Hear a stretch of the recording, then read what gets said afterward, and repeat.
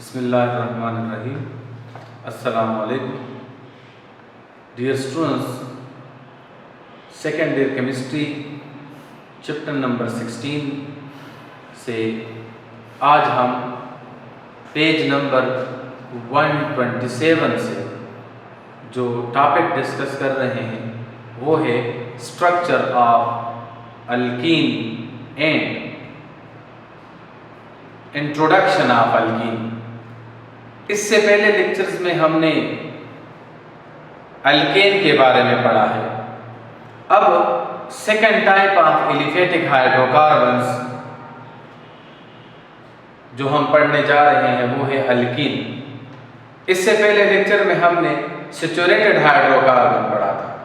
अब second type of hydrocarbon aliphatic hydrocarbon का है अनसैचुरेटेड हाइड्रोकार्बन। और अनसैचुरेटेड हाइड्रोकार्बन फिर दो तरह के हैं, एक को हम कहते हैं अल्कीन और दूसरे को हम कहते हैं अल्काइन। एलिफेटिक हाइड्रोकार्बन का एक सैचुरेटेड हाइड्रोकार्बन है टाइप, दूसरा अनसैचुरेटेड हाइड्रोकार्बन है।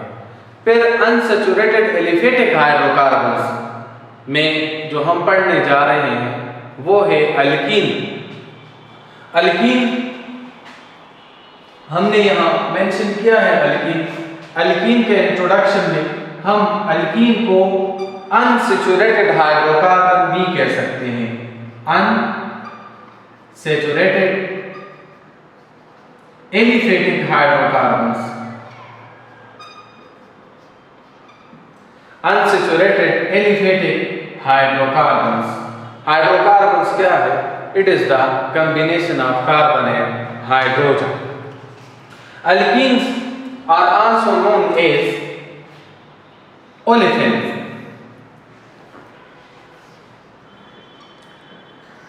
यानी ऑयल मेकिंग सब्सटेंसेस, ओलेफिन्स भी अल्कीन को कहा जाता है। अनसैचुरेटेड हाइड्रोकार्बन्स के फिर दो टाइप्स हैं। एक में कार्बन कार्बन के दरमियान डबल बॉन्ड होता है और एक में कार्बन कार्बन के दरमियान ट्रिपल बॉन्ड होता है। कम से कम एक डबल बॉन्ड जिस हाइड्रोकार्बन में हो तो उनको हम क्या कहते हैं? उनको हम कहते हैं अल्कीन।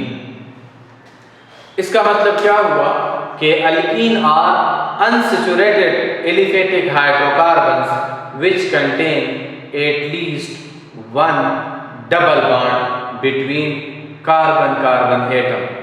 अल्कीन वो अनसैचुरेटेड हाइड्रोकार्बन है कि जिसमें क्या हो, कम से कम कार्बन कार्बन एटम के बीच एक डबल बॉन्ड हो।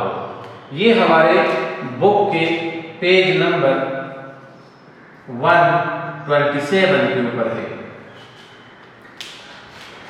एमसीक्यूज में आ सकता है which of the following is known as olefin. अब जब कार्बन कार्बन के दरमियान एक डबल बॉन्ड है तो इनमें से एक सिग्मा बॉन्ड होगा और एक पाई बॉन्ड होगा। As we know that sigma bond is formed by the linear overlapping of atomic orbital, while pi bond is formed by the side by side overlapping of atomic orbitals. Sigma bond को तोड़ने के लिए जो energy required है वो है 282 kilo joule पर मोल और पाई बॉन्ड को तोड़ने के लिए जो एनर्जी रिक्वायर्ड है वो है 262 किलो जूल पर मोल। अब आते हैं इंट्रोडक्शन के बाद जनरल फार्मूला फॉर अल्कीन। तो अल्कीन के लिए जो जनरल फार्मूला हम यूज करते हैं that is CnH2n। Homologous series यहां मैंने ड्रा किया हुआ है। इससे पहले भी हम लेक्चर नंबर 9 में पढ़ चुके हैं होमोलोगस सीरीज क्या है। The series of organic compound in which each member of the series is different from another member by CH2 group. Now homologous series किस पर डिपेंड करता है? होमोलोगस सीरीज फंक्शनल ग्रुप के लिहाज से बनाए गए हैं।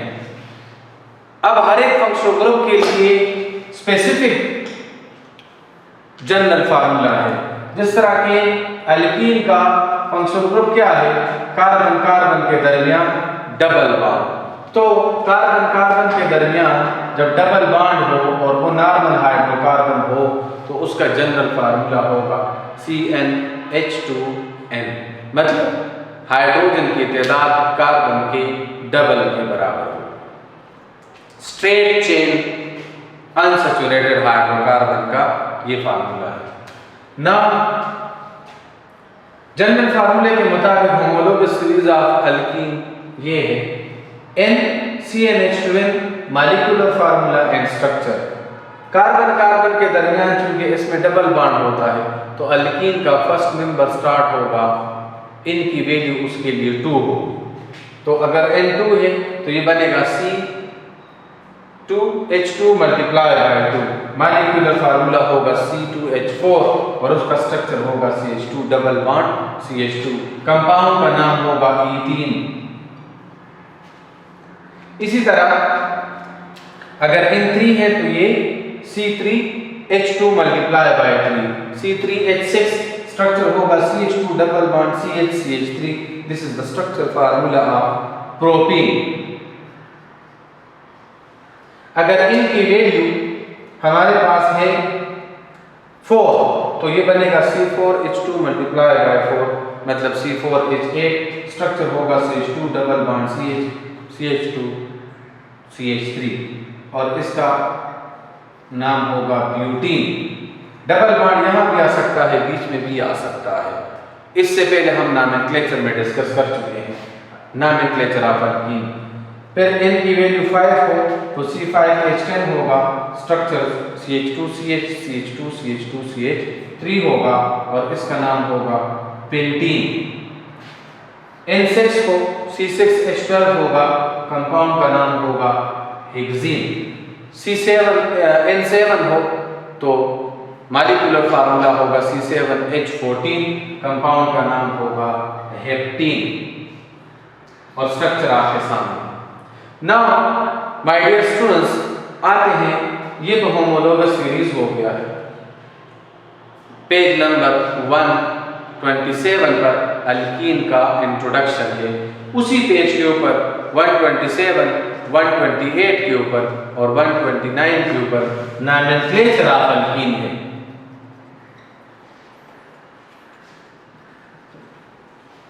नॉमेनक्लेचर ऑफ एल्कीन में दो तरह का नेमिंग सिस्टम हम डिस्कस करते हैं, कॉमन एंड आइयूपैक, जो कि हमने इससे पहले वाले lecture nomenclature of aliphatic hydrocarbon में भी डिस्कस किया है। अलग सा भी एल्कीन के नॉमेनक्लेचर के ऊपर अलग सा भी लेक्चर मौजूद है जो आप लोग पढ़ चुके हैं। अब आते हैं अनदर टॉपिक की तरफ, that is structure of alkene.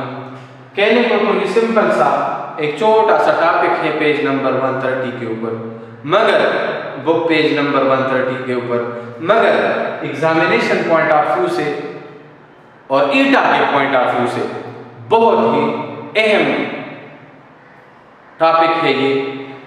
आते हैं, हमारे बुक में इन्होंने ईथीन का स्ट्रक्चर दिया हुआ है। ईथीन क्या है, इससे पहले हमने डिस्कस कर लिया, अनसैचुरेटेड हाइड्रोकार्बन है जिसमें कार्बन कार्बन के दरमियान एक सिग्मा और एक पाई बॉन्ड है। कार्बन ईथीन में कार्बन कितने सिग्मा बॉन्ड बनाते हैं, ईटा में एमसीक्यूज में आता है कि how many sigma bond are there in ethene. तो हमारे पास ईथीन में कितने सिग्मा बॉन्ड है, टोटल सिग्मा बॉन्ड ईथीन में कितने हैं, तो आप देख लें टोटल सिग्मा बॉन्ड इसमें कितने हैं, टोटल सिग्मा बॉन्ड इसमें 5 है। पाई बॉन्ड ईथीन में कितने हैं, 1 है। अब एक कार्बन एटम ने कितने सिग्मा बॉन्ड बनाए हैं ईथीन में, तो यहां स्ट्रक्चर से हमें क्लियर हो रहा है। एक कार्बन ने ईथीन में, एक कार्बन ने ईथीन में कितने सिग्मा बॉन्ड बनाए हैं, 3 और एक पाई बॉन्ड। दूसरे कार्बन ने भी 3 सिग्मा बॉन्ड और एक पाई बॉन्ड बनाया हुआ है।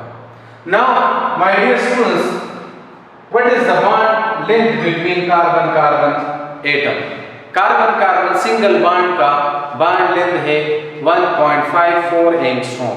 कार्बन कार्बन डबल बॉन्ड का बॉन्ड लेंथ है 1.34 एंगस्ट्रॉम।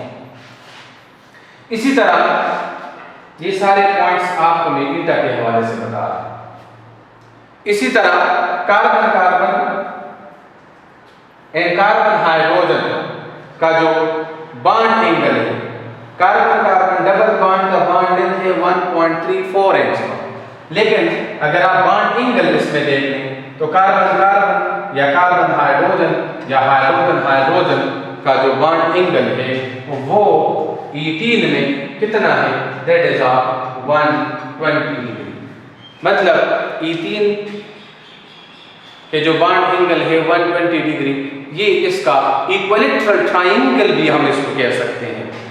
इसमें इलेक्ट्रॉन पेयर अपने इक्विलैटरल ट्रायंगल में इक्वली डिस्ट्रीब्यूट हुए हैं। अब bond length between carbon and hydrogen, carbon carbon का जो बॉन्ड लेंथ है डबल बॉन्ड का वो है 1.34 एंगस्ट्रॉम। कार्बन हाइड्रोजन का जो बॉन्ड लेंथ है वो 1.09 एंगस्ट्रॉम और इनका जो बॉन्ड एंगल है वो है कितना, 120 डिग्री का। तो यहाँ हम लिख सकते हैं कार्बन हाइड्रोजन का जो बॉन्ड लेंथ है वो है 1.09 angstrom. What is the geometry of carbon और E3 मॉलिक्यूल? कार्बन की E3 में या E3 मॉलिक्यूल की ज्योमेट्री क्या है? तो इसकी ज्योमेट्री है trigonal planar.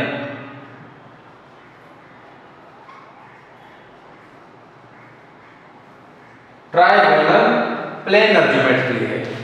Now what about the hybridization? So my dear students, इससे पहले लेक्चर स्ट्रक्चर ऑफ अल्केन में हमने हाइब्रिडाइजेशन को पूरे डिटेल से डिस्कस किया था।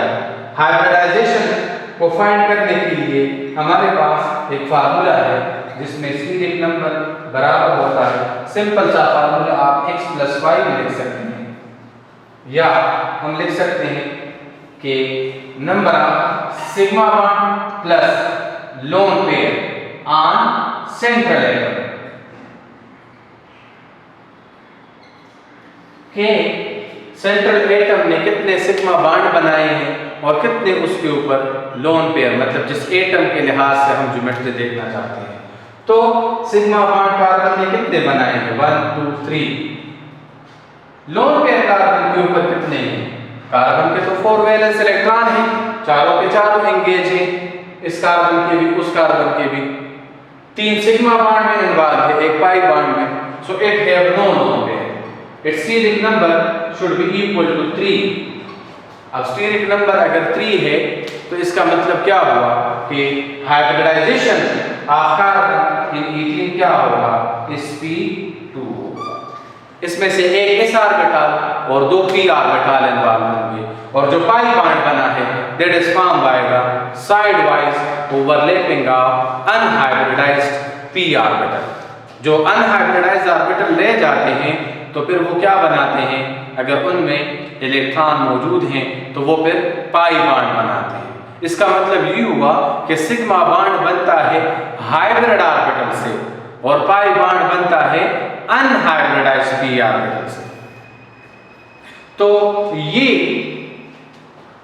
जो आज हमने इस लेक्चर में डिस्कस किया है स्ट्रक्चर ऑफ अल्कीन में E3 का स्ट्रक्चर और उसके लिहाज से ईटा के कुछ पॉइंट्स, उम्मीद है इनमें आप लोगों को कोई कंफ्यूजन नहीं होगा। अगर फिर भी कोई कंफ्यूजन है तो आप चैनल पे या टीम ऐप में आप अपने कमेंट्स कर सकते हैं, उसका मैं आप लोगों को आंसर करूंगा इंशाल्लाह। तब तक के लिए अल्लाह हाफ़िज़।